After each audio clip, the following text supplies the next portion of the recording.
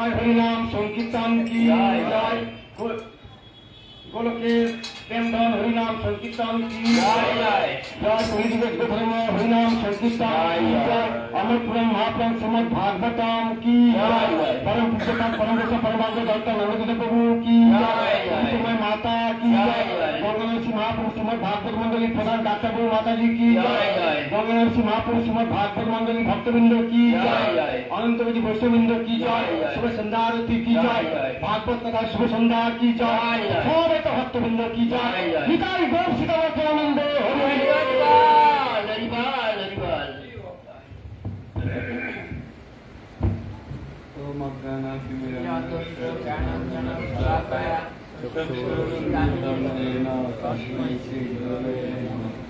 श्री चैतन्य भूतले स्वयं रूपा कदा मायं तदा गीता पदान्तिकं वन्दे अहं श्रीगुरु श्रीयुतापदकमलं श्रीगुरुनावैष्णवांश श्रीरूपं शास्त्रजातं सगना रघुनाथं तं साद्वैतं सावधूतं परिजनसहितं कृष्ण चैतन्य देवं श्री राधा कृष्ण पदान सगना ललिता श्री विशाखान्वितांश्च नमां विष्णुपदाय कृष्णपृष्ठाय भूतले श्रीमते जयपताका स्वामीति नामिने नमो आचार्यपदाय निताय कृपापदायिने गौरकथाधामदाय नगरग्रामकारिणे नमो विष्णुपदाय कृष्णपृष्ठाय भूतले श्रीमते भक्ति वेदांत स्वामीति नामिने नमस्ते सरस्वती देवे गौरवाणी निर्विशेष शून्यवादी हे कृष्ण करुणा सिंधु दीनबंधु जगत्पते गोपेश गोपिका कांत राधाकांत नमोस्तुते तप्त कांचन गौरांगी राधे वृंदावनेश्वरी विश्वभानुसुते देवी नमामि हरे वाञ्छा कल्पतरुभ्यश्च कृपा सिन्धुभ्यैव च पतितानां पावनेभ्यो वैष्णवेभ्यो नमो नमः। जय श्री कृष्ण चैतन्य प्रभु नित्यानंद श्री अद्वैत गदाधर श्रीवासादि गौर भक्तवृंद। हरे कृष्णा कृष्णा कृष्णा हरे हरे हरे राम राम राम हरे हरे। ओम नमो भगवते वासुदेवाय ओम नमो भगवते वासुदेवाय ओम नमो भगवते वासुदेवाय ओम नमो भगवते वासुदेवाय ओम नमो भगवते वासुदेवाय ओम नमो भगवते वासुदेवाय। नारायणं नमस्कृतं नरं चैव नरोत्तमं देवीं सरस्वतीं व्यासं ततो जयमुदीरये। नष्टो प्रायो अग्रेषु नित्यं भागवत सेवया भगवत उत्तमं श्लोके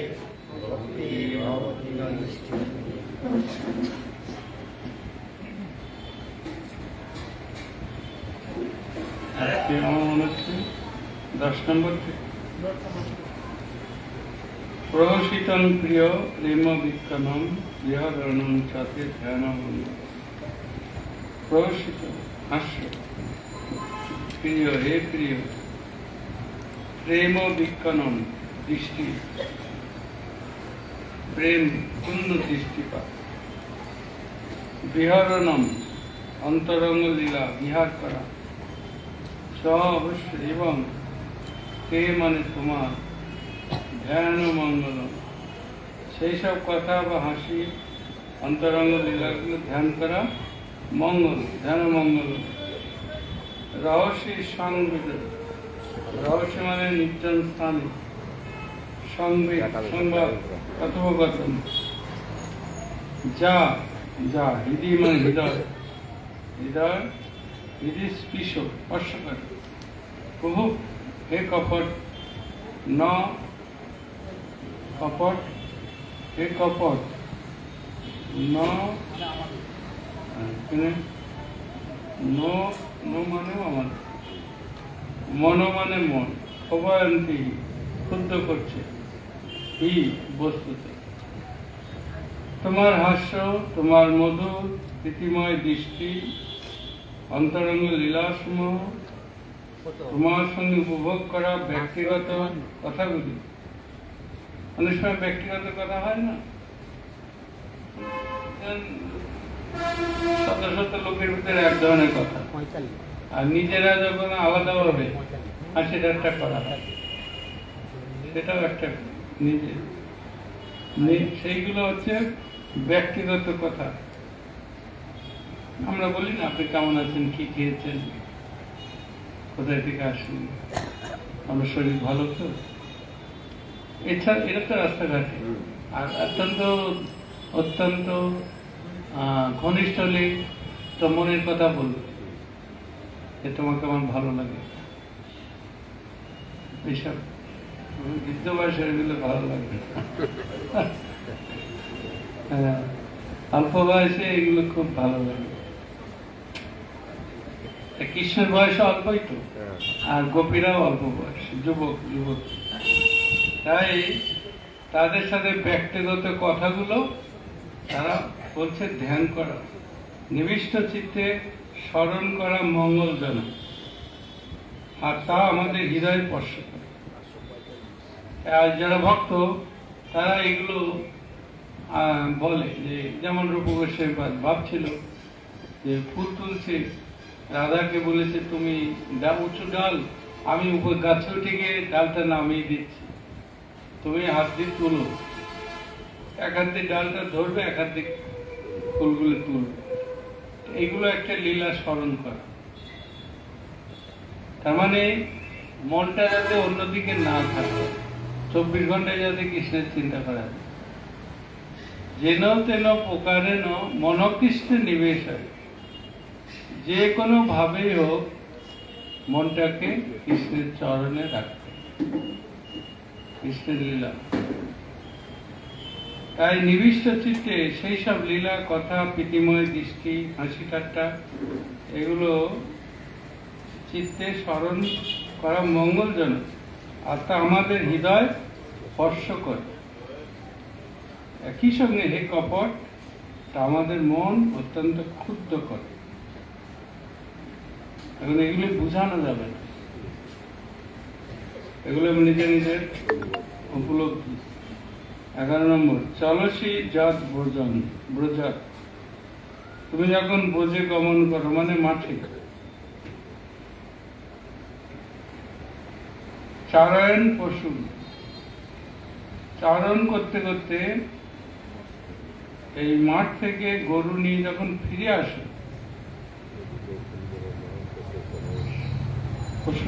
পশুদের মানে গাভীদের, নলিন পদ্ম ফুলের থেকেও চেয়েও সুন্দরম, নলিন সুন্দরম, নাথ তে পদম, নাথ হে নাথ, তে মানে তোমার চরণ।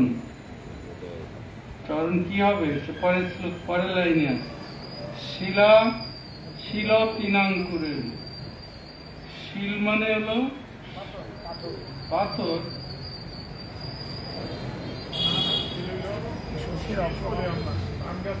শিল, এই জন্য শিলা বলেনি, শিল শস্যের সূক্ষ্ম অগ্রভাগ, আর তিন মানে ঘাস, অঙ্কুর অঙ্কুরে, শীদতি ক্লেশ অনুভব করে, ইতি এমন মনে করে, ন আমরা কলিলতাং মন কান্ত গচ্ছে, কলিলতাং মন কান্ত গচ্ছে।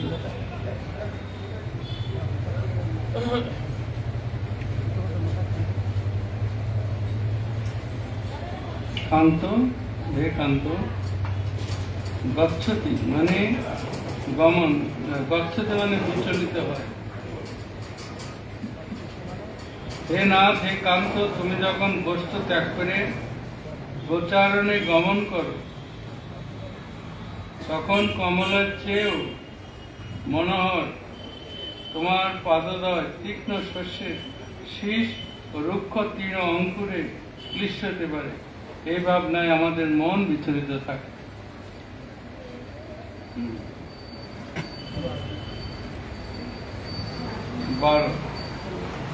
দিন পরীক্ষায়, দিনের শেষে পরীক্ষায় নীল কুন্তলর, নীল রঙের এই যে তোমার মুখমণ্ডল কৃষ্ণের গায়ন ছিল কি নীল রঙের, দিনের শেষে ধূলি ধূসরিত ঘন নীল কুন্তলাবৃত, হ্যাঁ কুন্তলটা নীল হয়ে গেছে মুখ। বনারোহাননম, বনের পদ্ম, আননম মানে মুখ, বনারোহ মানে পদ্মের মতো মুখটা বিব্রদাবৃতম, আবৃত হয়ে যেতে ধুলির দ্বারা। ঘন রজস্বলন, ঘন রজ, বৃন্দাবনের ধুলিকে রজ বলা হয়, সে ঘনভাবে পড়বে মুখে মাথায়। দর্শন মুহুর, আমাদের বারে বারে প্রদর্শন করাও তুমি যাওয়ার সময়, ফেরার সময়, গরু নিয়ে গোষ্ঠ থেকে যখন না চরণভূমি থেকে যখন ফিরে আসে, এই চরণভূমিকে এখানে ব্রজ বলা হচ্ছে, আর গোষ্ঠ মানে বাড়ির দিকে যখন আসবে, তখন এই কোঁকড়ানো চুল, সারা মুখ ধুলির দ্বারা আবৃত, ঘন রজস্বলম। তারপরে বনারোহাননম বিব্রদাবৃতম, বিব্রদাবৃত, বিব্রত ধারণ করে, আবৃতম আবৃত করে মুখ, আর হলো সেই কুন্তল। দিনের শেষে ধূলি দূষিত নীল, ঘন নীল কুন্তলাবৃত তোমার বদন কমলখানি পুনঃ পুনঃ আমাদের প্রদর্শন করে, হে বীর, তুমি আমাদের মনে স্মৃতির বেদনা উৎপন্ন করো। প্যাথেটিক কমেডি, কেন যে কৃষ্ণ সেই রূপটা তাদের সবসময় মনে,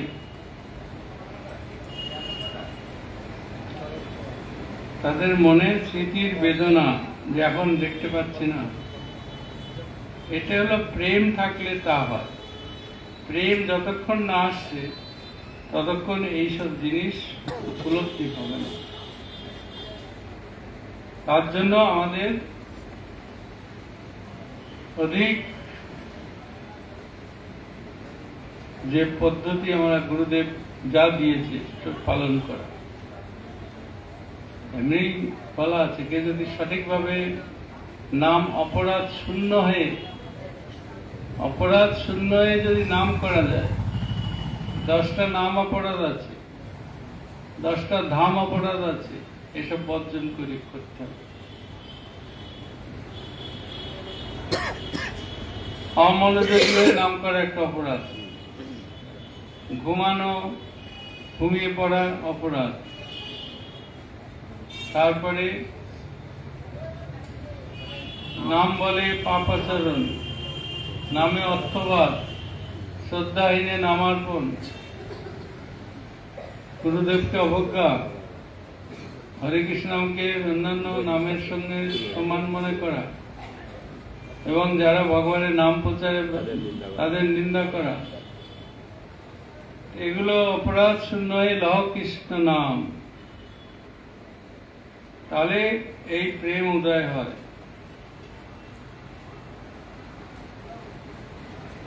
প্রণত কামদম পদ্মজার্চিতম, প্রণত যারা অবনত হয়, কাম বাঞ্ছা, পদ্ম দম মানে পুণ্যকারী, পঙ্কজ মানে ব্রহ্মার দ্বারা, পদ্মজ পদ্মজার্চিতম, অর্চিতম মানে আরাধিত, ব্রহ্মার দ্বারা আরাধিত।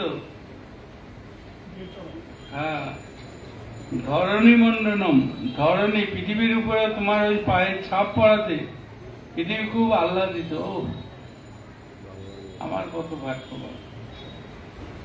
ধ্যেয় মাপদি, ধ্যেয় মানে ধ্যানের যথার্থ বিষয়, আপদ মানে আপদকালে আমরা যদি এগুলো করি, কৃষ্ণের স্মরণ করি, আমাদের বিপদ চলে যায়।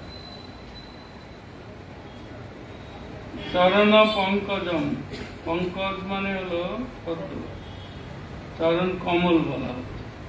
সন্ত মঞ্চতে, পরম সুখদায়ক, সম তমম মঞ্চতে, চ এবং তে মানে তোমার, রমণ ন, হে প্রেমিক, ন মানে আমাদের স্তনের উপরে অর্পণ করো, আর আদি হন, হে দুঃখহারী। ব্রহ্মার আরাধিত তোমার পদপদ্ম সকল প্রণতজনের আকাঙ্ক্ষা পূরণকারী, পৃথিবীর ভূষণ স্বরূপ, পরম সুখদায়ক, তারা আপদকালে ধ্যানের যথার্থ বিষয়। হে রমন, হে দুঃখহারী, দয়া করে সেই পদপদ্ম আমাদের স্তনে অর্পণ করো।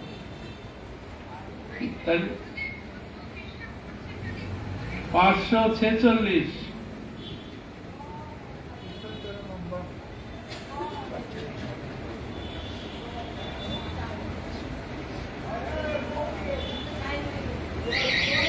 এবারে দ্বিতীয়বার বললেন আমাদের স্তরে রাখো।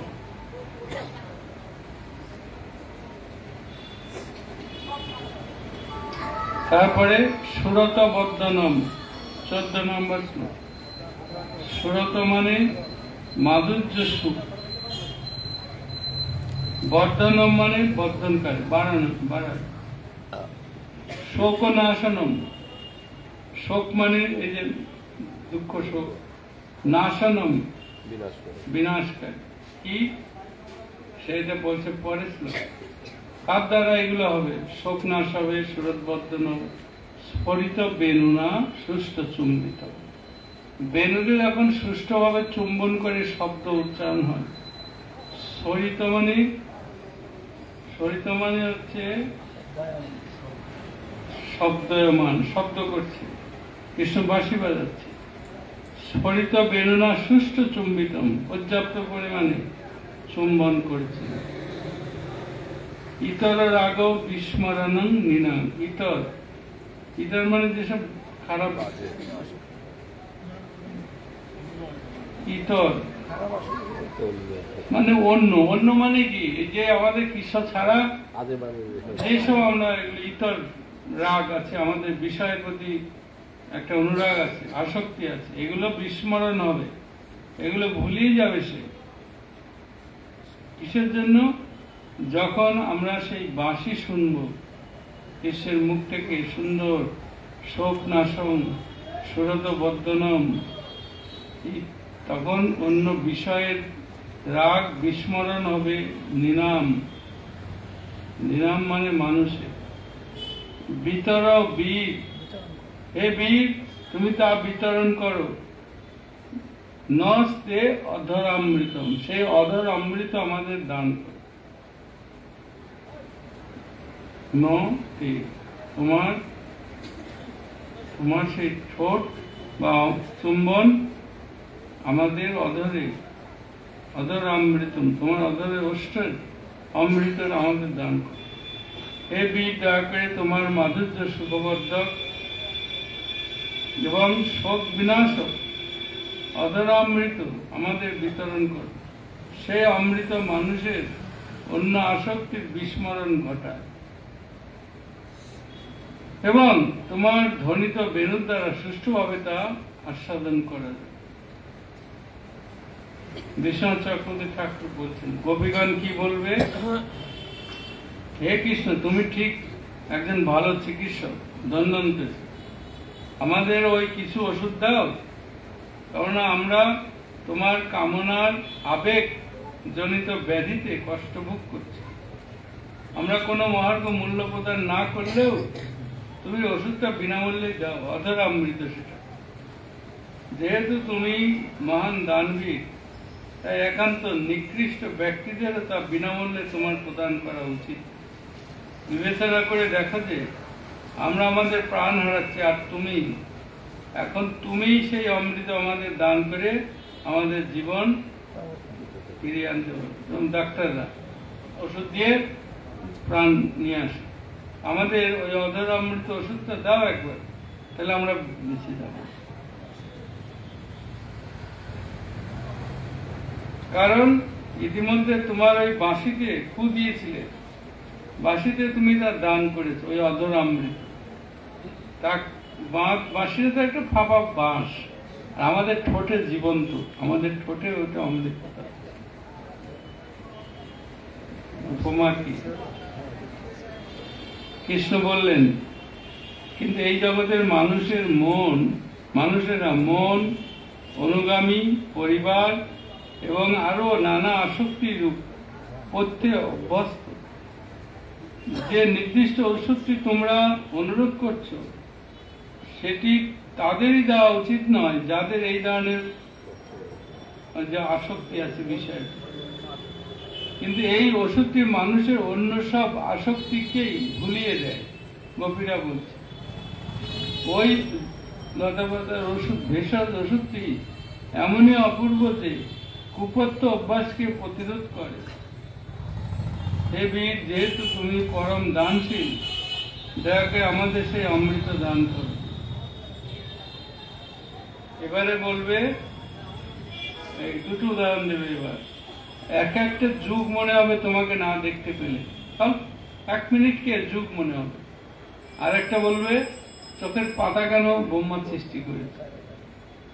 অটতি যৎ ভবান,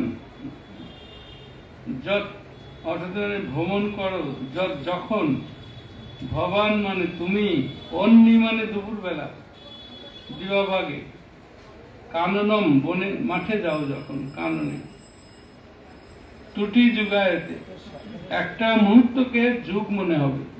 কবিরা বলছে তাম অপশ্যতাম, তোমাকে না দেখতে পেয়ে, মানে কৃষ্ণ মাঠে গরু নিয়ে যাবে তো গোপীরা দেখতে পাবে না, এটাই জন্যই তার আক্ষেপ। ত্রুটি যুগাতে, আমাদের কাছে এক একটা মুহূর্ত যুগ যুগ আর পার হতে চায় না। দেখুন বিপদের রাত্রে যেমন যেতে চায় না, কখন সকাল হবে, ডাক্তারের কাছে যাব রুগীকে নিয়ে, মুমুর্য অবস্থা। জড় উদীক্ষিতম কুটিল কুন্তলম শ্রী মুখং চতে, কুঞ্চিত কেশপাশ, তোমার মুখের সৌন্দর্য কি হয়, চতে এবং তোমার জড় উদীক্ষিতম, যারা তোমাকে গভীরভাবে নিরীক্ষণ করতে চায়, দেখতে চায়, তাদের আবার চোখের পাতা পরে ওই সময়টাকে আমাদের নষ্ট করে। পক্ষকৃত দিশাম, পক্ষ মানে পাকা, এই যে উপরের পাতাটা পক্ষ। দৃশ্যতম, চোখের কি স্রষ্টা মানে এখানে ব্রহ্মাকে বলা। দেবাভাগে, তুমি যখন বনে গমন করো, তোমাকে দেখতে না পেয়ে ক্ষণকালও আমাদের কাছে একযুগ হয়ে ওঠে। এমনকি যখন তোমার সুন্দর কুঞ্চিত কুন্তলযুক্ত মুখমণ্ডল আগ্রহ ভরে নিরীক্ষণ করি, মন্দ বিধাতার সৃষ্ট আমাদের চোখের পাতার দ্বারা আমাদের আনন্দ বিঘ্নিত হয়। ওই সময়টা, ওইটুকুর সময়ে তাদের কাছে কঠিন লাগে। চোখে পাতা ফেলতে কতটুকু টাইম লাগে, কিছুই না। ওদের কাছে মনে হবে কেন চোখের পাতা পড়ল। তারপরে শ্লোক 16, পতি সুতান্নয়, পতি মানে স্বামী, সুত মানে পুত্র, অন্যয় মানে পূর্বপুরুষ, ভাতৃ বান্ধবান, বা এখানে আত্মীয় স্বজনদের কথা বলা হচ্ছে। অখিল না অতি বিলম্ব, যেই আত্মীয় স্বজনদের ত্যাগ করা অত্যন্ত কঠিন। তে অত্যুজ, তে মানে তোমার অস্তি মানে উপস্থিতিতে, অচ্যুত মানে হে ভগবান অচ্যুত। আগতা আমরা তোমার কাছে এসেছি, আগমন করেছি, তুমি ফিরিয়ে দিও না আমাদের। গতিবিদ, গতিবিদ, গতিবিদ মানে হলো আমাদের আগমনের যে কারণসমূহ অবগত, গতিবিদ। স্তব, স্তব তোমার, উদ্গীত মানে উচ্চ গীত, বাঁশির দ্বারা যে গান করেছিলে। মোহিত আমরা মোহিত হয়ে, ইতব এই স্বর, যোশিত স্ত্রী জাতি বা আমরা, ক ত্যাজের কস্তে, কস্তর নিশি, ক মানে হলো কে, আর ত্যাজত মানে পরিত্যাগ করে, নিশিতে রাত্রিবেলায় আমরা এসেছি তোমার বাঁশির শব্দ শুনে। আর এই তুমি একটা যুবক হয়ে, যুবতীদের তুমি, আমরা পতি পুত্র গুরুজনকে ত্যাগ করে এসেছি, তাই তোমাকে দর্শন করার জন্য আমরা এসেছি। তাই আমরা তাদেরকে, আত্মীয়স্বজনদের অগ্রাহ্য করেছি। কে এই মধ্যরাত্রে আগত যুবক যুবতী নারীদের পরিত্যাগ করবে? কেউ পারে না, কিন্তু তুমি তো বলছো চলে যাও।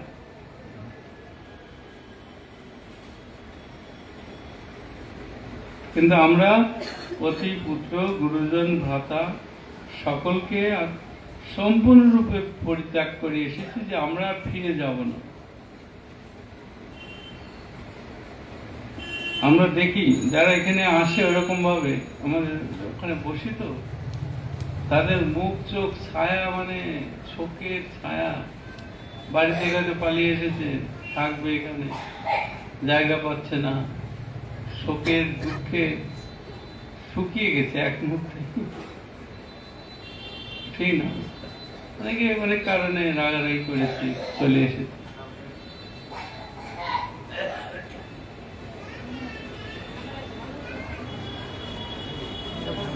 সবাই যা বলে তাই, আমার একার কিছু না। যারা মাঝে বসছে তাদের অসুবিধা, সাইডে অত লাগে না।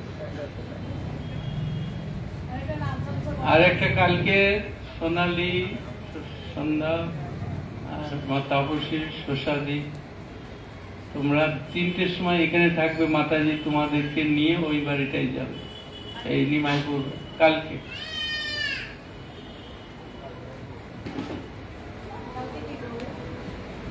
ওদের একটা কি দেবে, দেখে ঘুরে আসুক, তারপর আমরা জানাবো কি কাজ করতে বলছি। ওই পঞ্চদত্তের ঠাকুরের গলার সব জিনিসপত্র বানাচ্ছে।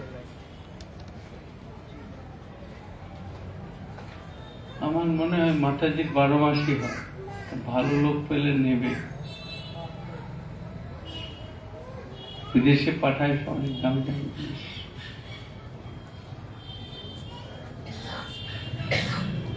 তাহলে আমরা যখন তোমার বাঁশির উচ্চ গীত শুনে এখানে এসেছি মধ্যরাত্রে, আগত যুবতী নারীদের কে পরিত্যাগ করবে? কেবল তোমাকে দর্শন করার জন্যই আমরা পতি পুত্র আত্মীয়দের অগ্রাহ্য করে চলে এসেছি। একবার কেউ যদি এরকম ভাবে মায়াপুরে এসেছে, ভগবান তাকে কিন্তু রক্ষা করে, সবাই দেখে।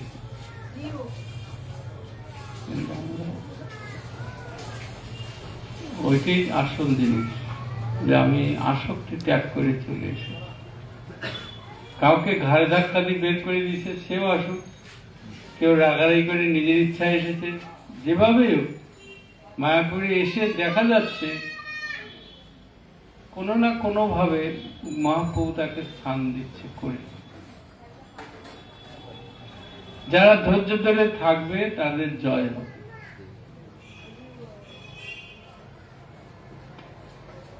তারপরে শ্লোক, না শ্লোকটা ছিল সজীব প্রতিশ্রুতার নয় ভাতৃবন্ধমান অতি বিলম্ব, যা অতিক্রম করা অত্যন্ত কঠিন, তা আমরা ছেড়ে চলে এসেছি। তে অন্ত, তে মানে তোমার, অস্থি মানে উপস্থিতিতে, অচ্যুত আগত, আমরা আগে এসেছি, আগত আগমন করেছি। গতিবিদ, গতিবিদ মানে কি? আমাদের আগমনের যে কারণ অবগত। তারপরে তব, তোমার উদ্গীত উচ্চবাসীর দ্বারা মোহিত হয়ে, মোহিতা কিতব এ শট, যশিত আবার স্ত্রী, ক মানে কেন, কে ত্যাজের ত্যাগ করতে পারে, নিশি মানে মধ্যরাত্রে আমরা যে এসেছি, তোমার বাঁশির টানে। আর কে এরকম যুবতীদেরকে, কোন পুরুষ আছে ফেরত পাঠিয়ে দেয়? রহস্য সংবিদন, রহস্য মানে একান্তে, সংবিদ মানে গোপন আলাপ, ইচ্ছা হিতশয়, হৃদয়ের কামনার উদয় হচ্ছে, উদয় কাম উদয়ম, হৃদয় হৃদয় রহস্য সংবিদ ইচ্ছ উদয়ম। প্রহসিত অননম, প্রহসিত মানে হাসি দ্বারা মুখটা, অননম, অননম মানে মুখ। প্রেম বীক্ষণম, বীক্ষণম মানে দৃষ্টিপাত, প্রেমের মাধ্যমে একটু তাকানো, রাগের মাধ্যমে তাকানো, দুই রকম।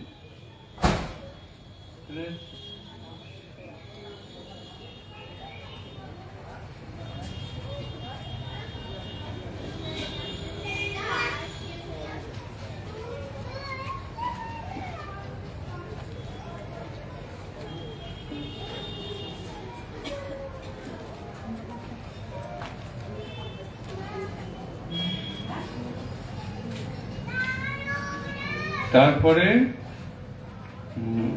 কিতব এ শট, যশিত মেয়েদের, আমাদেরকে, আমরা নারী, ক কে, ক মানে কি?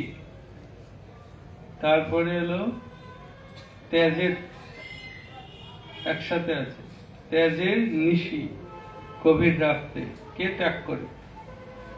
রহস্য সংবিদ, যা সংবিদ হিৎস উদয়ম, হৃদয়ে তোমার কথাগুলি, প্রহসিত অননম প্রেম বীক্ষণম, বৃহদূর শ্রিয় বৃক্ষ ধামত। বৃহৎ মানে বিশাল, বক্ষ, উড়ো, বৃহদূর, উড়ু উড়ু, উড়ো মানে বক্ষ। শ্রিয় লক্ষ্মী দেবীর, শ্রিয় লক্ষ্মী দেবীর বৃক্ষ মানে দর্শন করে, ধাম আবাসস্থল। আমরা যখন তোমার সঙ্গে একান্তে অন্তরঙ্গ কথোপকথনের কথাগুলি মনে করি, তখন আমাদের মনে বারবার মোহিত হতে থাকে। মোহিত কেন? যেটা ভালো লাগা সেইটা না পেলে বারে বারে মনটা কিন্তু ওইখানেই যায়, যেটা পাচ্ছেন না মনটা ওইখানে যায়। আমাদের হৃদয়ে কামের উদয় অনুভব করি, আর তোমার হাস্য মুখ, তোমার প্রেমময় দৃষ্টি ও লক্ষ্মী দেবীর বিশ্রাম স্থল, তোমার বিশাল বক্ষকে মনে করি। বাহু আর বক্ষ, এই দুটো নারীদের, পুরুষের এই দুটো অঙ্গকে তারা ভালো লাগে, বক্ষ আর তার বাহু। তাই এখানে বলা হচ্ছে যে লক্ষ্মী দেবীর বিশ্রাম স্থল তোমার বিশাল বক্ষকে মনে করি আমরা। এইভাবে তোমার প্রতি আমাদের অতিশয় স্পৃহা জন্মায়। স্পৃহা মানে পেটে ইচ্ছা করে। এগুলো সবই দেখা যাচ্ছে দুই দিকেই আছে। যারা জড়জগতিক মানুষ তারা দেখবে একদম এসব পড়ে। কারণ বিশ্বনাথ চক্রবর্তী ঠাকুর এগুলো, আর চৈতন্য মহাপ্রভু এত কঠিন সন্ন্যাসী, তিনিও এগুলো শ্রবণ করে আনন্দ লাভ করেন। এর ভিতরে আসলে গোপীদের কোনো কামের ভাবই নেই, কিন্তু তারা কৃষ্ণের প্রতি টানের জন্য অতিরিক্ত তারা কৃষ্ণকে এইভাবে পেতে চাইছে। 18 ব্রজ বন কসাম, অকসাম মানে যারা বাস করে, কারা? ব্রজের বনে যারা বাস করে। ব্যক্তি রঙ্গতে, অভিব্যক্তি প্রিয়, তে মানে তোমার, বৃজন হন্তালম, বৃজিন মানে দুঃখের অন্ত্রী বিনাশক, দুঃখের বিনাশক, বিশ্বমঙ্গলম সর্বমঙ্গলময়। তারপরে ত্যাজ মনাক চ, ত্যাজ মানে দয়া করে প্রদান করো, মনাক মানে কিঞ্চিত, চ মানে এবং, ন মানে আমাদের, তৎ তোমার জন্য, তোমার জন্য, তৎ স্পৃহাত্মনা, স্পৃহায় আত্মনাম যার মন পূর্ণ, স্বজন হদ্রুজং, স্বজন মানে হলো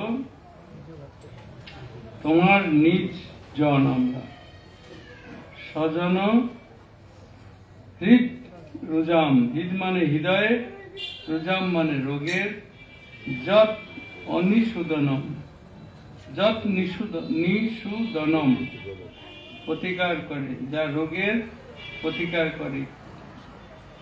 তাই মনোবাদ, হে প্রিয় তোমার সর্বমঙ্গলময় আবির্ভাব ব্রজবাসীদের দুঃখ বিনাশক, দুঃখ শেষ। তোমাদের আমাদের মন তোমার সঙ্গ আগ্রহে আকাঙ্ক্ষা করে, দয়া করে আমাদের কিঞ্চিত সেই ঔষধ প্রদান করো যা তোমার ভক্তের হৃদয়ের ব্যাধির প্রতিকার করে। ব্যাধি মানে আমাদের ভবরোগ, তোমার সেই ওষুধটা দান করো। কোথায় সেটা? ঠোঁটে দাও, চুম্বন, এটা ওষুধ আমরা পেয়েছি। আমাদের সব ব্যাধি শেষ, হৃদয়ের ব্যাধি। এবারে আচার্য বলছেন, গোপীগণ বারবার কৃষ্ণকে তার পাদপদ্মদ্বয় তাদের স্তনে স্থাপন করার জন্য বিনীত অনুরোধ করেছিলেন।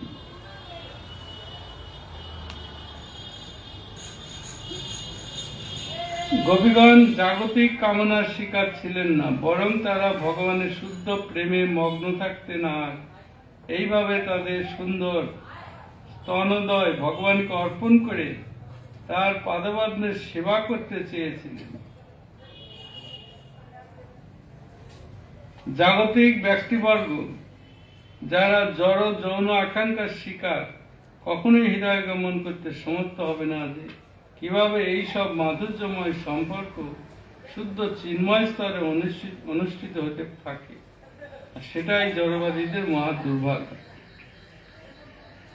এনিহাও আমাদেরও অনেকটাই এর যোগ্যতা নেই। তারপরে 19 নম্বর শ্লোক, যত্তে সুজাত চরণাম ভূর্ভ স্তনেষু ভীতা শনেই প্রিয় দধিমহি কর্কশেষু তেনাটবি মটসি তদ ব্যথতে নকিংসিত কৃপা দিভির ভমতি দীর্ঘ বদায়ু সন্ন। এ প্রিয়, তোমার সুকোমল চরণ কোমল আহত হবে, এই আশঙ্কায় তা আমরা আমাদের কঠিন স্তনে অত্যন্ত সন্তর্পণে ধারণ করি। খুব ধীরে ধীরে, তোমার পায়ে যাতে না লাগে। আমাদের স্তনটা নরম যদিও, ওরা ভাবছে কঠিন শক্ত, তাই তোমার পা আমাদের এই স্থলে 3-4 বার এই স্তনে রাখার কথা বলেছে। গুরুত্বপূর্ণ। তুমি আমাদের জীবন স্বরূপ, তাই বনচারণের সময় পাথর কুচির আঘাতে তোমার সুকোমল চরণ যুগল আহত হতে পারে, এই আশঙ্কায় আমাদের চিত্ত উৎকণ্ঠিত হচ্ছে। কতটুক ভালোবাসা থাকলে শুধু চিন্তার দ্বারাই তারা কোনো আঘাত লাগছে কৃষ্ণের পায়ে, ব্যথা লাগছে। এমনকি আপনারা কালকে শুনলেন না, বিশ্বনাথ চক্রবর্তী ঠাকুর বলছে রাধারানী বলবে না যে আমি মরে যাই আমাদের ভালো ছিল, কিন্তু আমরা মরে গেলে তুমি কষ্ট পাবে, এই জন্য তোমার কষ্টে আমাদের বেঁচে থাকতে হচ্ছে। তা কৃষ্ণ কি বলবে, পান্ডা যদি বেরিয়ে যেতে চাই যেতে দাও, আমি আর কি করবো, এরকম।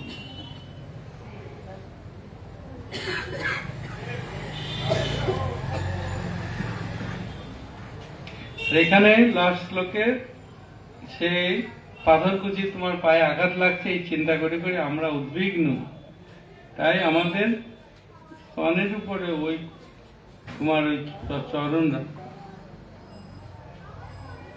তাহলে এটি ভাগবতের দশম স্কন্ধের গোপীগণের বিরহ গীতি মানে গোপী গীত 31টি অধ্যায়ের, এইখানে মাত্র 19টি শ্লোক আছে এই অধ্যায়, 31 নম্বর অধ্যায়। তার এই দশম স্কন্ধে আছে 91টা অধ্যায়, এখনো 3 ভাগের 1 ভাগ হলো।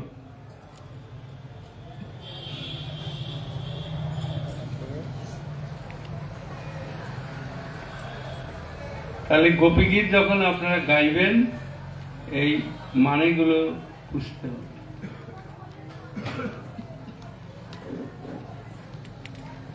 এক হলো কৃষ্ণ বাঁশি বাজিয়ে তাদের ডেকেছিল, কৃষ্ণ বলেছিল তোমরা ফিরে যাও, ওরা কান্না করছিল আমাদের জীবন বৃথা, আমাদের ভালোবাসা দিয়ে তোমাকে জয় করতেই পারলাম না।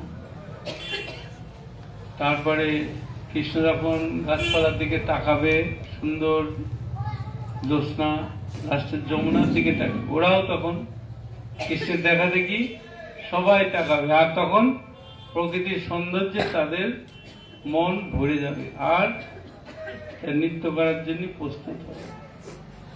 তা করতে করতে গোপীদের মনে অহংকার আসে যে জগতের ভিতরে যিনি সকলের পরমাত্মা পরম পুরুষ ভগবান আমাদের বশীভূত, তৎক্ষণাৎ কৃষ্ণ অন্তর্ধান করে। অন্য জায়গায় বর্ণনা আছে রাধারানী প্রথমে তিনি দেখলেন এত গোপীর সাথে কৃষ্ণ আলিঙ্গন করে আছে, আমার মন ভরল না, চলে যাবে, বেরিয়ে চলে যাবে। তাই রাধা বিহনে এত কোটি গোপী থাকা সত্ত্বেও কৃষ্ণের মন ভরবে না, সে ছুটবে কোথায় রাধা আছে। তারপরে কৃষ্ণকে না পেয়ে সব গোপীরা অন্বেষণ করবে, কত গাছগুলোকে জিজ্ঞেস করবে, তুলসী গাছকে বলবে, ফুলের গাছকে বলবে কোথায় কৃষ্ণ গিয়েছে, তোমার হাত গায়ে হাত দিয়েছে কৃষ্ণ, যে জন্য তোমার মাথা নত করে আছে। আচ্ছা, মাথা নত করে গাছের তো ফল ভরলে গাছের ডাল তাদের ন হবে, কিন্তু গোপীরা ভাবছে কৃষ্ণ, ওরা যেহেতু কৃষ্ণকে প্রণাম করেছে তাই তোমাদের জীবন তোমরা নত হয়ে আছে। এইভাবে শেষে হ্যাঁ হরিণ তো ভয় পালাচ্ছে, ওরা ভাবছে কি আমাদের পথ দেখাই নিয়ে যাচ্ছে, তাড়াতাড়ি দৌড়া ওর পিছনে পিছনে, আবার ভয়েতে অন্য গলিতে ঢুকে পাবে, তখন বলে যা আমাদের কপাল খারাপ। তারপরে ওরা এমন গভীর অন্ধকারে খুঁজতে গিয়ে কাউকে পাবে না, তখন থেকে বেরিয়ে আসবে। তারপরে রাধাকে পাবে, রাধাকে নিয়ে তারা যমুনার তীরে বসে বসে এই গান করবে কপিগীত। এবার পুনরায় কৃষ্ণ আসবে, সেই লীলাটা বলা হচ্ছে। কিভাবে কৃষ্ণ বিরহে অত্যন্ত ব্যাকুল গোপীগণের মাঝে শ্রীকৃষ্ণ আবির্ভূত হয়েছিলেন। তিনি তাদের সান্ত্বনা প্রদান করার পর গোপীগণ তার কাছে গভীর আনন্দ উচ্ছ্বাস প্রকাশ করলেন। স্বাভাবিক, তারা এত বিময়, এত কৃষ্ণকে না পেয়ে এত গান করলে এত কঠিন করুণ ভাবে, আর সেই সময় যদি সেই হারানো জিনিসটা ফেরত পাওয়া যায় তাদের উচ্ছ্বসিত হবেই। মদন মোহন কৃষ্ণকে যে ফিরে আসলো সেই রূপ নিয়ে নয়, একদম কামে জর্জরিত সৌন্দর্য, অপূর্ব সৌন্দর্য মণ্ডিত হয়ে, তাই বলা হচ্ছে মদন মোহন, কামদেবকেও জয় করবে, এত দেখতে ভালো কৃষ্ণকে। তাহলে কৃষ্ণই মোহিনী মূর্তি হতে পারে, আবার কৃষ্ণ অরিজিনাল পুরুষ হিসাবেও তিনি এমন সৌন্দর্য প্রকাশ করবে, নারীরা লক্ষ্মী দেবী পর্যন্ত বিচলিত হবে কৃষ্ণকে পাওয়ার জন্য। তাই তাকে মদন মোহন। কৃষ্ণকে দর্শন করবার জন্য গোপীগণ বিভিন্নভাবে তাদের পরম আগ্রহ প্রকাশ করলে পীতবসন, কৃষ্ণের কর্ণের যে বসন থাকে পীতবসন, আর গলায় থাকবে সুন্দর মালা পরিধান করে কৃষ্ণ তাদের সামনে আবির্ভূত হয়েছিলেন। অর্থাৎ ওরা যেন প্রাণ ফিরে পেয়েছে, উঠে দাঁড়াবে সবাই। তারপরে কি করবে, তাকে দর্শন করে গোপীগণ আনন্দে বিহ্বল হয়ে কে কি করবে ঠিক পাচ্ছে না, উঠে কোন কোন গোপী তার হাত দুটি, কৃষ্ণের হাত দুটো ধরে ফেলবে, কেউ কেউ তার বাহুকে তাদের কাঁধের উপর স্থাপন করলেন, অন্যেরা তার চর্বিত তাম্বুল, কৃষ্ণের মুখে যে তাম্বুল ছিল সেটাও তারা গ্রহণ করলেন। তারা এইভাবে তার সেবা করেছিলেন। কেউ আরতি করবে, একটা ছবি আছে দেখবেন, এটা গানও আছে না, আরতি করে নর্ম সখা সখী, গান আছে। ওরা ভগবান যে আরতি করছে, পূজারীরা তো অনেক, কিন্তু এখানে গোপীরা যে আরতি করছে মুখে রাগের ভাব, তুমি পালি আমাদের কত সময় কষ্ট দিলে, কিন্তু কৃষ্ণের কাছে এটাই ভালো লাগে। একজন গোপী কৃষ্ণের প্রতি প্রেম রাগ বশত নিজের ওষ্ঠ এরকম কামড়ি ধরে কৃষ্ণকে কটাক্ষ রাগের দৃষ্টিতে তাকাবে। গোপীগণ কৃষ্ণের প্রতি এতই আসক্ত ছিলেন যে তাকে অবিরত দর্শন করেও তাদের তৃপ্তি লাভ হয়নি। তাদের মধ্যে কোনো একজন গোপী যখন কৃষ্ণকে হৃদয়ের মধ্যে স্থাপন করে যোগীর ন্যায় চক্ষু বন্ধ করবে, সেটাকে রাধা মুদ্রিত করে আলিঙ্গন করতে করতে চিন্ময় আনন্দে নিমগ্ন হবে। তাহলে যোগীরা যে ধ্যান করে কৃষ্ণের বিশ্বের ভিতরে কৃষ্ণকে দেখে যে আনন্দ পায়, রাধারানীর অবস্থা তাই। কৃষ্ণকে চোখের দ্বারা দর্শন করে হৃদয়ে ধারণ করে যোগীর ন্যায় চক্ষু বন্ধন করে মুদ্রিত করে আলিঙ্গন করতে করতে চিন্ময় আনন্দে নিমগ্ন হবেন। এইভাবে গোপীগণ তাদের কৃষ্ণের বিরহজনিত সন্তাপ প্রশমিত করেছিলেন। অতঃপর শ্রীকৃষ্ণ তার স্বরূপ শক্তি গোপীগণ সহযোগে যমুনার তীরে গমন করলেন। এখানে বর্ণনা পাবেন, যখনই কৃষ্ণ আসবে ওরা উঠে দাঁড়াবে, আর ওদের কুমকুম লাগানো যে ঠোঁট মুখ টুক মোছে যে ওড়নাটা কৃষ্ণকে বসার জন্য দেবে, কৃষ্ণ ওখানে বসবে। তারপরে গুলো এখানে বলছেন সেটা। অতঃপর শ্রীকৃষ্ণ তার স্বরূপ শক্তি গোপীগণ সহযোগে যমুনা তীরে গমন করলেন। গোপীগণ তখন তাদের উত্তরীয় দ্বারা শ্রীকৃষ্ণের আসন প্রস্তুত করলে তিনি সেই আসনে উপবেশন করলেন। সেখানে বসে গোপীরা তার সঙ্গে নানা প্রণয় উদ্দীপক ইঙ্গিত আদি উপভোগ করলেন। কৃষ্ণের অন্তর্ধানের জন্য গোপীরা তখনও দুঃখ অনুভব করলে কৃষ্ণ বর্ণনা করলেন কেন তিনি এরকম করেছিলেন, কেন আমাদের ভক্তিকে বাড়ানোর জন্য। কৃষ্ণ তাদের আরো বললেন যে তিনি তাদের প্রেমময়ী ভক্তিতে বশীভূত হয়েছেন, আর তাই তাদের কাছে চিরঋণী থাকবে। কেন বিনিময়ে যে কিছু দেওয়া সবার অপারক, বলবে আমার যত ত্রিভুবনের সম্পদ আছে তোমাদের এই ভালোবাসা বিনিময়ে আমি এগুলো অনুপযুক্ত মনে করি, আমি ঋণী। তাহলে 1 নম্বর শ্লোক।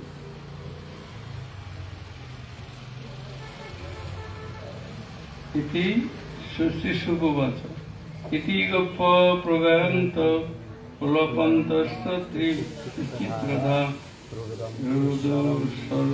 সুশরং রাজন কৃষ্ণ দর্শন লালসা। সুখদেব গোস্বামী বললেন, হে রাজন, এইভাবে নানা মধুর উপায়ে তাদের হৃদয় হতে উৎসাহিত গান ও প্রলাপ করতে করতে গোপীরা উচ্চ স্বরে রোদন শুরু করলেন। একদম আর লজ্জা টজ্জা নেই, জোরে প্রেমিকাকে না দেখতে পেয়ে কানতে লাগে। উচ্চারিত গান আর প্রলাপ করতে করতে গভীর উচ্চ স্বরে এবার কাঁদছে। তারা শ্রীকৃষ্ণকে দর্শনের জন্য অত্যন্ত ব্যাকুল ছিল। তস্যাম অবিরভূত শৌর্য কৃষ্ণ স্ময়মান মুখাম্বুজ পীতাম্বর ধরং সাক্ষাৎ মন্মথ মন্ম। তার গলায় মালা, পীতবসনধারী, সাধারণ মানবের মন হরণকারী প্রকাশ করেছিল, সবাই আকর্ষণ। তং বিলকাগতং পৃষ্ঠং পীতোৎফুল্ল দিশোবলা উত্তস্তু যুগবৎ সর্বাস্তন্ন প্রণাধিরবাগতম। গোপীগণ যখন দেখলেন যে তাদের প্রিয়তম কৃষ্ণ তাদের কাছে ফিরে এসেছেন, তখন তারা তৎক্ষণাৎ দাঁড়িয়ে পড়লেন আর তার প্রতি প্রীতিবশত তাদের নেত্রদ্বয় উৎফুল্লিত হয়ে উঠল, একদম আনন্দে উৎফুল্লিত হয়ে উঠল। এটি বোঝা যায় যে কত ভালোবাসার ফলে এই রকম আনন্দ অনুভব হয়, বাবা ভাষায় প্রকাশ পাওয়া যায় না। কৃষ্ণ তো সন্তুষ্ট হবেই। আমাদের ছিটি ফুটে একটা ভালোবাসা নেই, আমরা কাজ করছি ঠেলায়, যেতে বলেছে গুরুদেব করতে হবে করো, আমাদের কোনো তাতে প্রীতি ভালোবাসা নেই।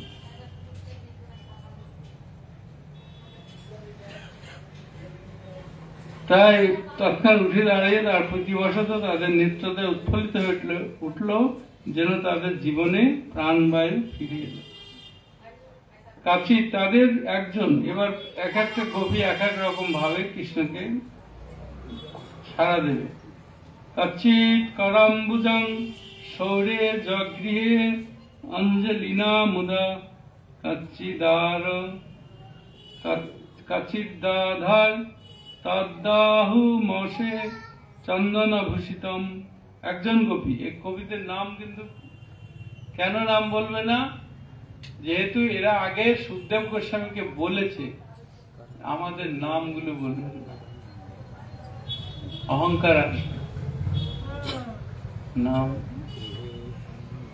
একজন গোপী শুধু বলা হলো। আনন্দে কৃষ্ণের হাত তার দুই হাতের ভিতরে নিলেন, আরেকজন কৃষ্ণের চন্দন চর্চিত বাহু তার স্কন্ধের উপর নিলেন।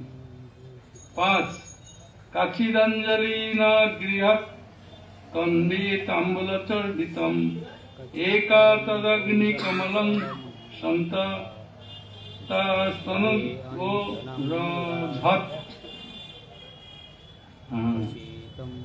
এক তম্বি গোপী অঞ্জলিবদ্ধ হাতে শ্রদ্ধাপূর্ণ ভাবে কৃষ্ণ চর্বিত তাম্বুল মুখ থেকে নিয়ে গ্রহণ করলেন।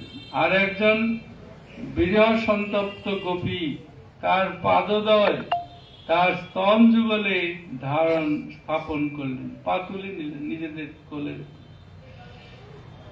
একা ভ্রুকটি মাবদ্ধা প্রেয় সংরম্ভ বিহ্বলা ধন্তি বৈক্ষত কটাপেক্ষে সন্দর্শনস্তদা ছদা। প্রেমময় ক্রোধে বিহ্বল একজন গোপী কি করল, ওষ্ঠ দংশন করে ভ্রুকুটি যুক্ত কটাক্ষপাত মানে কৃষ্ণকে রাগের দিকে তাকিয়ে দ্বারা কৃষ্ণকে জন্য তাড়িত করতে লাগলেন।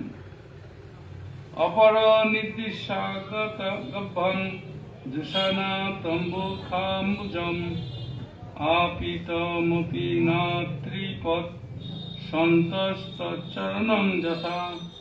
ঠিক যেমন যোগীগণ তার চরণে মনোনিবেশ করেও কখনো তৃপ্ত হন না, তেমনি অন্য একজন গোপী কৃষ্ণের বদন কোমল অপলক নয়নে অবলোকন করে তার মাধুর্য গভীরভাবে আস্বাদন করেও যেন তৃপ্ত হতে পারলেন না।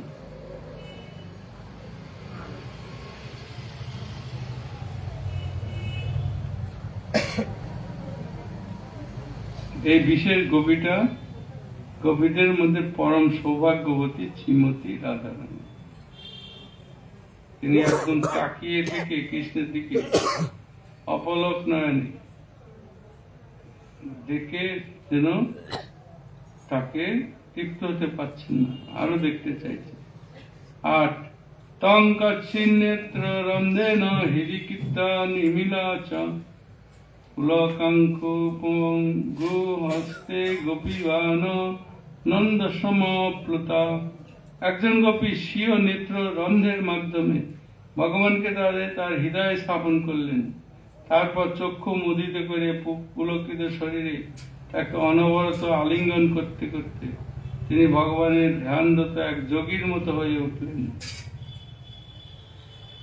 এই যে বিভিন্ন 7 জন গোপীর নাম বলা হলো, তাদের প্রধান 8 জন গোপীদের প্রধান 8 জনের 7 জন মর্যাদা গুণে তারা শ্রীকৃষ্ণের পুনরাবির্ভাবের সঙ্গে সঙ্গেই তার সমবিবর্তী হওয়ার যোগ্যতা লাভ করেছিল। 7 জন গোপীর নাম কি? চন্দ্রাবলী, শ্যামলা, শৈবা, পদ্মা, রাধা, ললিতা, বিশাখা।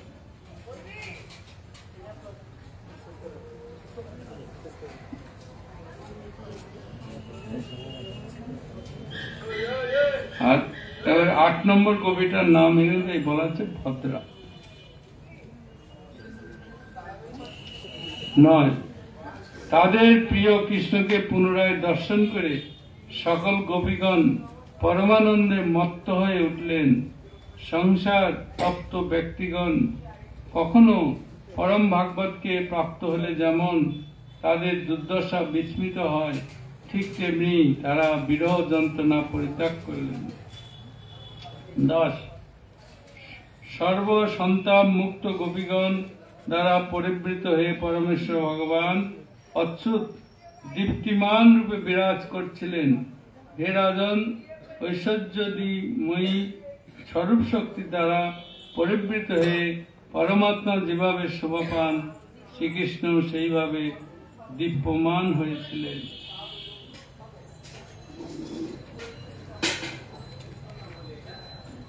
তারপরের শ্লোক 11 আর 12 একসাথে। সর্বশক্তিমান ভগবান অতঃপর গোপীদের তার সঙ্গে কালিন্দীর হস্তরূপ তরঙ্গ দ্বারা ব্যক্ত কোমল বালুকাময় তটে নিয়ে এলেন। ভগবান এবার সব গোপীদেরকে যমুনার তীরে নিয়ে আসলেন, একদম যেখানে নৃত্য করতে পারবে ভালো, ঘাসের উপরে অতটা ভালো হবে। সেই পবিত্র স্থানের প্রস্ফুটিত কন্দ মন্দার ফুলের সৌরভবাহিত বাতাস ভূমধ্যে আকর্ষিত করেছিল, আর শরৎকালীন চন্দ্রের কিরণ প্রাচুর্য রাত্রির অন্ধকার দূর করেছিল।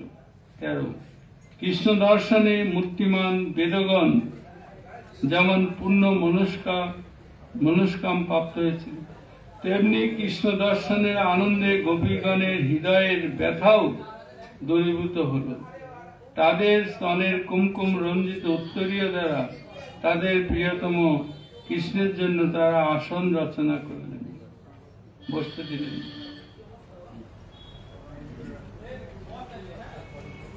তাই এখানে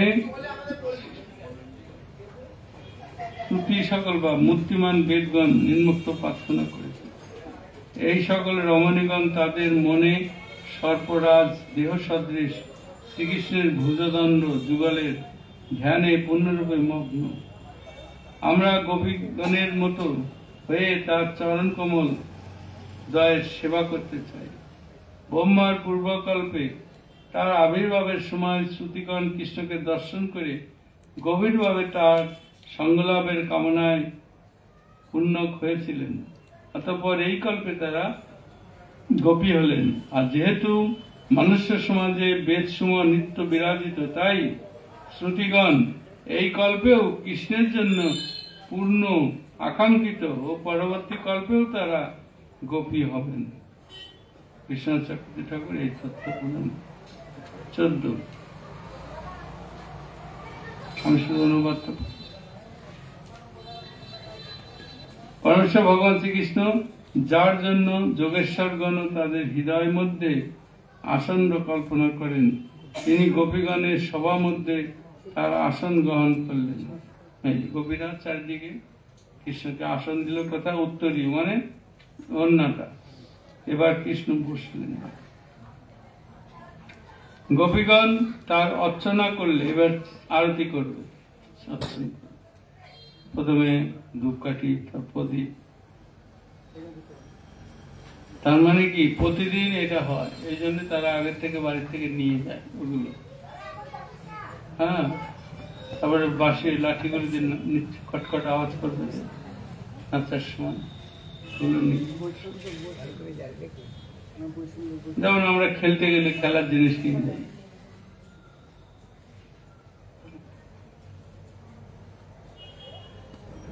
তাহলে গোপীগণ তার অর্চনা করলে ত্রিলোকে লক্ষ্মীর একমাত্র আবাসস্থল রূপ তার চিন্ময় শরীর দীপ্যমান শোভায় প্রকাশিত হয়েছিল।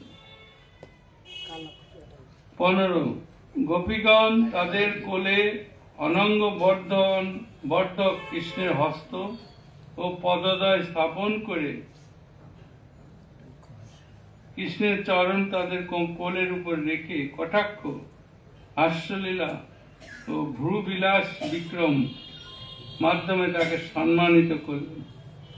সবই ভালোবাসার এমনই টান আছে, কৃষ্ণ থাকতে পারে না। নাহং তিষ্ঠামি বৈকুণ্ঠে যোগিনা হৃদয়ে শুভা যত্র গায়ন্তি মদ ভক্তা তত্ত্ব তিষ্ঠামি নারদ।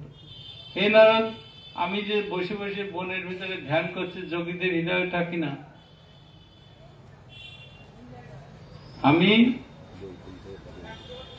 বৈকুণ্ঠেও থাকি না, যোগীদের হৃদয়েও থাকি না। আমি যেখানে আমার ভক্তরা গান করে আমার গুণগান, আমি সেখানে চলে আসি।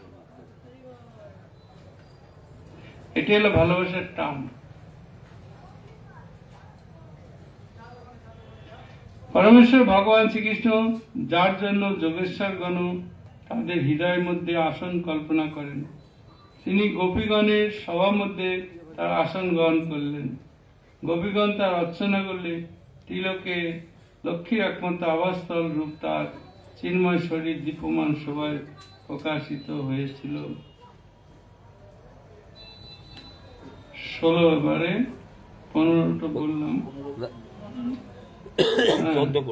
পড়েছি আগে, আরেকবার পড়ছি। গোপীগণ তাদের কোলে অনঙ্গবদ্ধ কৃষ্ণের হস্ত পদ্মদ্বয় স্থাপন করে কটাক্ষ, হাস্যলীলা, ভ্রুবিলাস বিভ্রম মানে ভ্রুটা কথা বলার সময় এগুলো আমাদের হবে না, এগুলো বুড়ো বুড়ো মানুষ। হ্যাঁ, কটাক্ষ মানে তাকিবে এক ঝলক, মুখ যাতে না দেখতে পায় আর একজন। আবার হাসটা, মুখে হাসি থাকবে। এই হাসিগুলো কি আমাদের আসবে? আমাদের বোমা মারলেও আসবে না।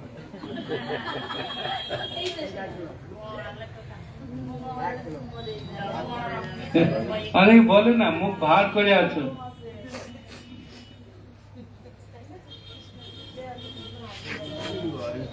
এবার গোপ্য উঁচু, শ্রী গোপ্য উঁচু। গোপীগণ বললেন 3টে বলবে, 3টে। কিছু মানুষ আছে তাদেরই ভালোবাসে যারা তাদের ভালোবাসে। যেমন আমি ওর বাড়িতে গিয়েছিলাম, ও এত কিছু খাওয়ালো, এত উপহার দিল, আমার বাড়িতে আসলেও আমি তাকে দেব। মানে কিছু মানুষ আছে তাদেরই ভালোবাসে যারা তাদের ভালোবাসে। আবার অন্যান্যরা এইসব জনদেরও ভালোবাসে যারা তাদের ভালোবাসে না। এই লোক কিন্তু খুব কম আছে। যারা ভালোবাসে না তাকে ডাকি বাড়িতে নিয়ে এসে কথা বলো, বিরাট বিরাট। এদের বলা হয় বিরোধী ভাবাপন্ন।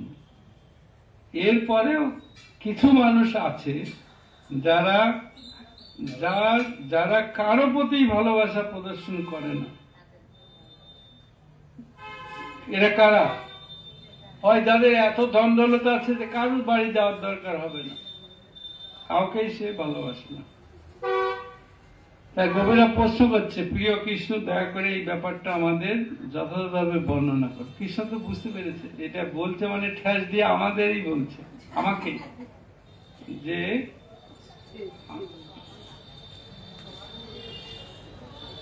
তাই কবিরা বলতে চেয়েছে কৃষ্ণ যখন অরণ্যের মাঝে তাদের ফেলে চলে গিয়েছিলেন তখন তারা অত্যন্ত বিচলিত বোধ করেছিলেন, আর তাই তারা জানতে চাইছেন এই প্রেমের ব্যাপারে তিনি তাদের কেন এই ক্লেশ ভোগ করালেন।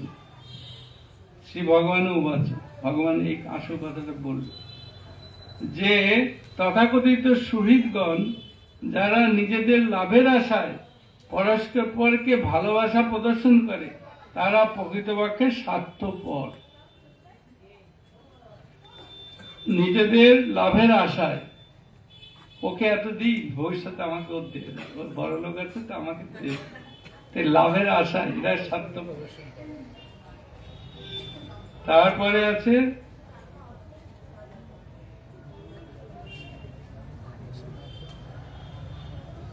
তারা প্রকৃতপক্ষে স্বার্থপর, তাদের মধ্যে সত্যিকারের সৌহার্দ্য নেই, ভালোবাসা কিন্তু প্রকৃতপক্ষে নেই, আর ধর্মও নেই। প্রকৃতপক্ষে তারা যদি নিজেদের লাভের প্রত্যাশা না করত তবে তারা পারস্পরিক ভালোবাসাও বিনিময় করত না।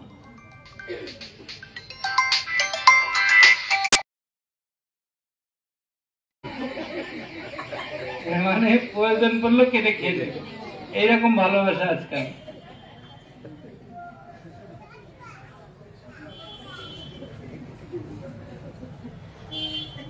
তাই ভগবান এখানে গোপীদের মনে করে দিচ্ছেন যে শুদ্ধ প্রেমময় সখ্যতায় বন্ধুর জন্য কেবল ভালোবাসা ব্যতীত অন্য কোনো স্বার্থপর প্রত্যাশা থাকে না। এটাকে বলে শুদ্ধ প্রেম। যেমন আমরা এখনো মনে মনে ভাবি আমার এই করে দেবে কৃষ্ণ, এইটা করে দেবে, তাই না? অনেকেই আমরা মনে মনে ভাবি কৃষ্ণ আমাকে এটা করে, এটা আমার নাই, এটা করে দেবে। তারপরে 18 নম্বর শ্লোক, হে সুমধ্যমাগণ, কিছু মানুষ রয়েছে যারা প্রকৃত অর্থেই কারণিক, মানে কি কোন, যেমন পিতামাতা স্বাভাবিকভাবেই স্নেহপ্রবণ ছেলে মেয়ের প্রতি। এই ধরনের মানুষেরা যারা প্রতিদানে ব্যর্থ মানুষদেরও একনিষ্ঠভাবে সেবা করে। বাবা মা ছেলে মেয়েদের কিছু আশা করে বড় করে না যে পাবো ভবিষ্যতে, তারা নিঃস্বার্থভাবেই একনিষ্ঠভাবে সেবাই করে যায়। অনেক সময় ছেলে বাবা মাকে মারে তবুও সেবা করে। তারাই প্রকৃত ধর্মের প্রকৃত নির্ভুল পথ অনুসরণ করছে, আর তারাই সত্যিকারের শুভাকাঙ্ক্ষী। 19, এরপর সেই ধরনের মানুষেরা রয়েছে যারা আত্মসুখী, আত্মকাম, অকৃতজ্ঞ ও গুরুদ্রোহী। এই ধরনের মানুষেরা তাদের ভালোবাসা প্রদানকারীকেও ভালোবাসে না, ভালোবাসতে দিচ্ছে তবুও ভালোবাসে না। শত্রুভাবাপন্নদের কথা আর কি বলার আছে, শত্রুরা তো করবেই, খারাপ ব্যবহার করবে, কিন্তু কিছু লোক আছে তারা নিজেরাই দাম্ভিক মনে করে, অকৃতজ্ঞ, যারা তাকে ভালোবাসছে তাদের বিনিময়ে ভালোবাসা দেয় না। 20 নম্বর শ্লোক তার অনুবাদ, জীব যখন আমাকে ভালোবাসে, এমনকি তারা যখন আমার পূজাও করে, আমি তৎক্ষণাৎ ছাড়া দেই না। কেন? এটা বলছে। তার কারণ, হে গোপীগণ, আমি তাদের প্রেমময় ভক্তিকে তীব্রতর করতে চাই।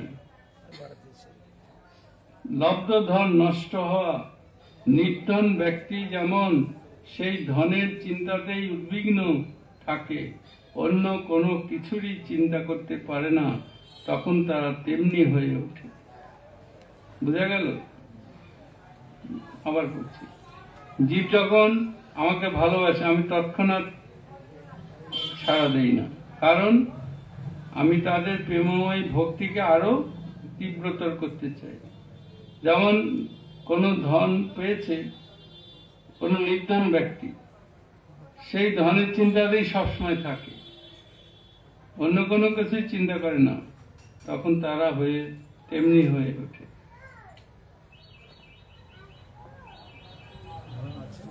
তখন গোপীরা তাদের মুখের হাসি এবার চেপে ধরেছিল। কৃষ্ণ এইভাবে বলছে প্রেমের কথা, একে অপরের দিকে আর চোখে তাকাচ্ছিল, দেখি কৃষ্ণ কি বলছে। তাই কৃষ্ণ বলে চললেন, গোপীগণ হৃদয়গমন করতে শুরু করলেন যে কৃষ্ণ তাদের প্রেমময়ী সেবার পরম পূর্ণতা স্তরে আনয়ন করেছেন। 21 নম্বর শ্লোকে, হে গোপীগণ, আমার জন্য তোমরা লোকাচার, বৈদিক নির্দেশ, আত্মীয় স্বজনদের পরিত্যাগ করেছ। তা সত্ত্বেও আমার প্রতি তোমাদের অনুরাগ বর্ধিত হবে বলে আমি তোমাদের দৃষ্টির অগোচরে হয়েছিলাম। হে প্রিয়াগণ, আমি তোমাদের প্রিয় সাধনে পবিত্র, আমার প্রতি তোমরা অসন্তুষ্ট হয় না। কেন আমি দূরে গিয়ে কষ্ট দিলাম? যাতে তোমাদের অনুরাগ আরো বর্ধিত হয়।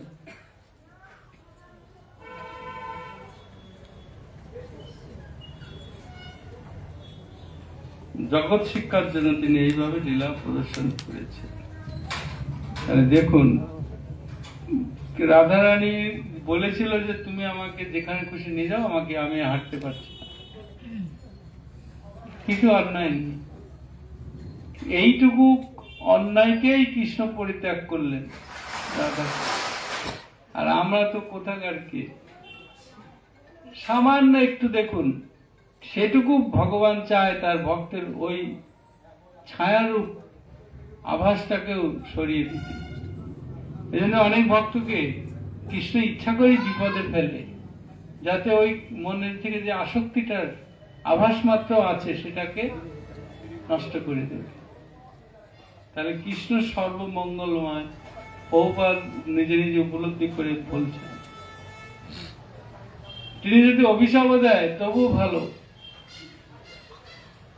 পরের শ্লোক, হে গোপীগণ, আমার প্রতি তোমাদের নির্মল সেবার ঋণ আমি ব্রহ্মার আয়ুষ্কালের মধ্যেও পরিশোধ করতে পারবো না। আমার সঙ্গে তোমাদের যে সম্পর্ক তা সম্পূর্ণভাবে নিষ্কলুষ। তোমরা দুচ্ছেদ্য সংসার বন্ধন ছিন্ন করে আমার আরাধনা করেছ, তাই তোমাদের মহিমান্বিত কার্যই তোমাদের প্রতিদান হোক। মানে আমি নিজে অক্ষম, আমার যা আছে সব দিয়েও তোমাদের এই ভালোবাসার ঋণ আমি শোধ করতে পারবো না, আমি ঋণী। ভগবান কোনো জায়গায় কিন্তু বলেননি আমি ঋণী, একমাত্র গোপীদের ভালোবাসা।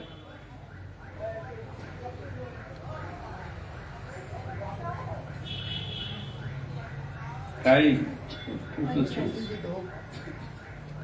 এরপরে শ্লোক 1, সুখদেব গোস্বামী বললেন, গোপীগণ ভগবানের এরূপ মনোহর বাক্য শ্রবণ করে কৃষ্ণ বিরহজনিত দুঃখ পরিত্যাগ করলেন। তার চিন্ময় অঙ্গসমূহ স্পর্শ করে তাদের মনস্কামনা পূর্ণ হল।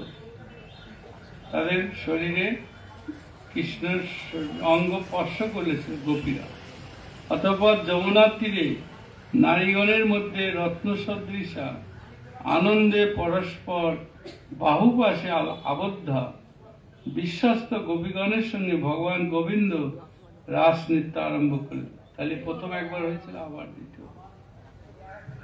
গোপীমণ্ডলে মণ্ডিত এই রাসনৃত্য উৎসব শুরু হলো। যোগেশ্বর শ্রীকৃষ্ণ নিজেকে বিস্তার করে প্রত্যেক 2 জন গোপীর মাঝখানে প্রবেশ করে তাদের কণ্ঠে তার হস্ত স্থাপন করলেন।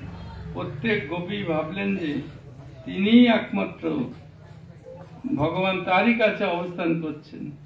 সস্ত্রীক অভিভূত দেবতাগণ সেই রাসনৃত্য দর্শনের আগ্রহে শীঘ্রই তাদের শত শত বিমানে আকাশ পরিব্যাপ্ত করেছেন। কারণ দেবতারা খেয়াল রাখছে কৃষ্ণ কোথায় আছে, কি করছে। যেই এই নৃত্য শুরু হবে, হাজার হাজার বিমান চারিদিকে থেকে চলে আসবে দেবতারা। তখন আকাশ থেকে পুষ্পবৃষ্টি সহকারে দুন্দুভি বেজে উঠল এবং সস্ত্রী গন্ধর্ব পতিগণ শ্রীকৃষ্ণের নির্মল মহিমা গান করতে লাগলেন। রাসমণ্ডলে প্রিয়তম শ্রীকৃষ্ণের সঙ্গে ক্রীড়ারত গোপীগণের নূপুর, বলয় ও কিঙ্কিনি তুমুল শব্দ হতে লাগলো। বলয় মানে যে ফলা। তারপরে নিত্যরত গোপীগণের মধ্যে শ্রীকৃষ্ণ যেন স্বর্ণ অলঙ্কারের মধ্যে উজ্জ্বল নীলমণির মতো ন্যায় অত্যন্ত দীপ্তিমান ছিলেন।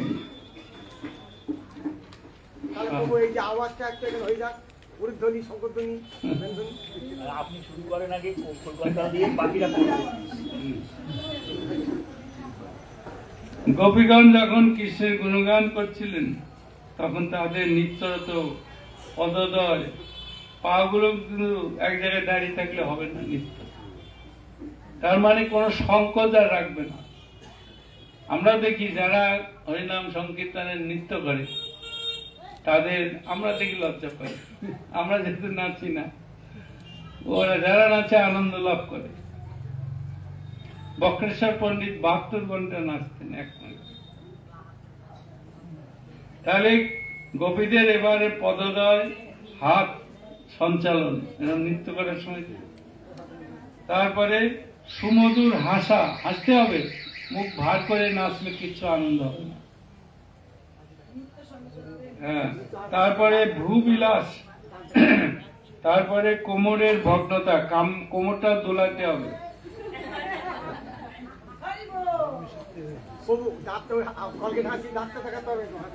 না, এটা ভিতর থেকে না প্রকাশ পেলে এটা হবে।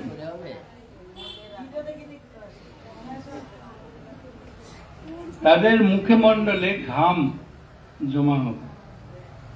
চঞ্চল স্তন বসন, গণ্ডস্থলে দোদুল্যমান কুণ্ডল, শিথিল কবরী, কাঞ্চি সমন্বিত কৃষ্ণ গোপীগণ মেঘচক্রে বিদ্যুৎ মালার ন্যায় শোভা পাচ্ছে। শ্রীধর স্বামী বলছেন, মেঘ রাশিতে বিদ্যুৎ চমকের সাদৃশ্য কেন দিয়েছে? গোপীগণের সুন্দর মুখমণ্ডলে, শ্বেতবিন্দু কপালে, আর সঙ্গীত মেঘগর্জনের মতো এই সেখানে ঝিলিক দিয়ে উঠবে হাসিগুলো, বজ্রপাত, বিদ্যুৎ চমক। 8 কৃষ্ণ প্রেম উপভোগে আগ্রহী নানা রাগে রঞ্জিত কণ্ঠী বিভিন্ন গান করবে গোপীরে। গোপীগণ কৃষ্ণ স্পর্শে অতীব আনন্দিত হয়ে উঠবে। উচ্চস্বরের সঙ্গীত ও নৃত্য করেছিলেন, আর তাদের সেই গানে সারা বিশ্ব ব্রহ্মাণ্ড পরিত। এই যে আনন্দ, আমরা যেটা নৃত্য দেখি আমাদেরও আনন্দ লাগে, সেরকম গোপীদের এই আনন্দে সারা বিশ্ব আনন্দিত। কৈলাসে শিব চন্মন করে উঠবে, ডুন্ডুবি বাজাবে, নৃত্য করবে।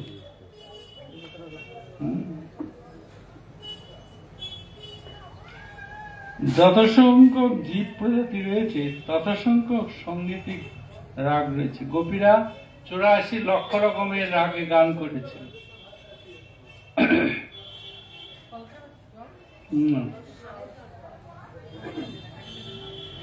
এই 84 ভিতরে 16,000 বিভিন্ন রাগ পৃথিবীর পরবর্তীকালে ছড়িয়ে পড়ে। এই গোপীদের গানগুলো বিভিন্ন রাগে ওরা গিয়েছেন। 16,000 গান আসলো কি করে? গানের স্বর, রাগ বলা হয়। কোন এক গোপী ভগবান মুকুন্দের গানের সঙ্গে সঙ্গে তার চেয়েও জোরে জোরে স্বরালাপে অমিশ্রিত স্বরজাতি স্বরে গান করেছিলেন। কৃষ্ণ অত্যন্ত প্রীত হয়ে সাধু সাধু বলে গানের প্রশংসা করলেন। তখন অন্য একজন গোপী ওই স্বরালাপকে আবার ধ্রুবতালে পরিণত করে গান করছিলেন। কৃষ্ণ তারও প্রশংসা করলেন। অনেক সময় উচ্চ করে গান গিয়ে আবার নিচু করা হয়, এটা হলো আরো সৌন্দর্য। কোন এক গোপী রাসনৃত্যে পরিশ্রান্ত হয়ে পার্শ্বস্থিত গদাধারী কৃষ্ণের স্কন্ধে তার বাহু দ্বারা আঁকড়ে ধরলেন, আর পারছেন না সে, তাই কৃষ্ণকে আঁকড়ে ধরেছে। নৃত্যের ফলে তার হাতের বলয় ও চুলের ফুলগুলি পড়ে গিয়েছিল। 11 একজন গোপী তার কাঁধের উপর নিজ গণ্ডস্থল কৃষ্ণের গণ্ডস্থলে সংযোজিত করলে কৃষ্ণ তাকে সযত্নে তার চর্বিত তাম্বুল তার মুখে দিয়ে দিল।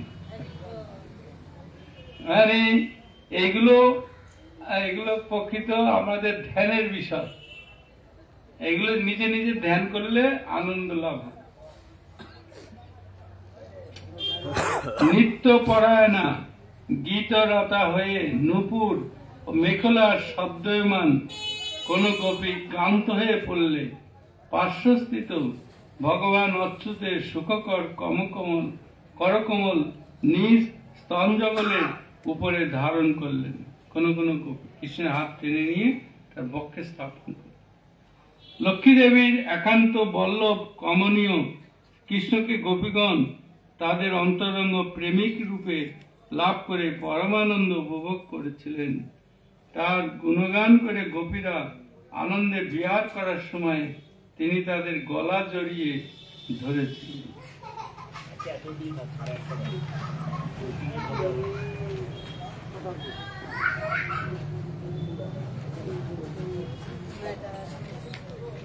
গান করবে এবার দেবী, মৃদঙ্গ বাজাচ্ছিলেন। এসছো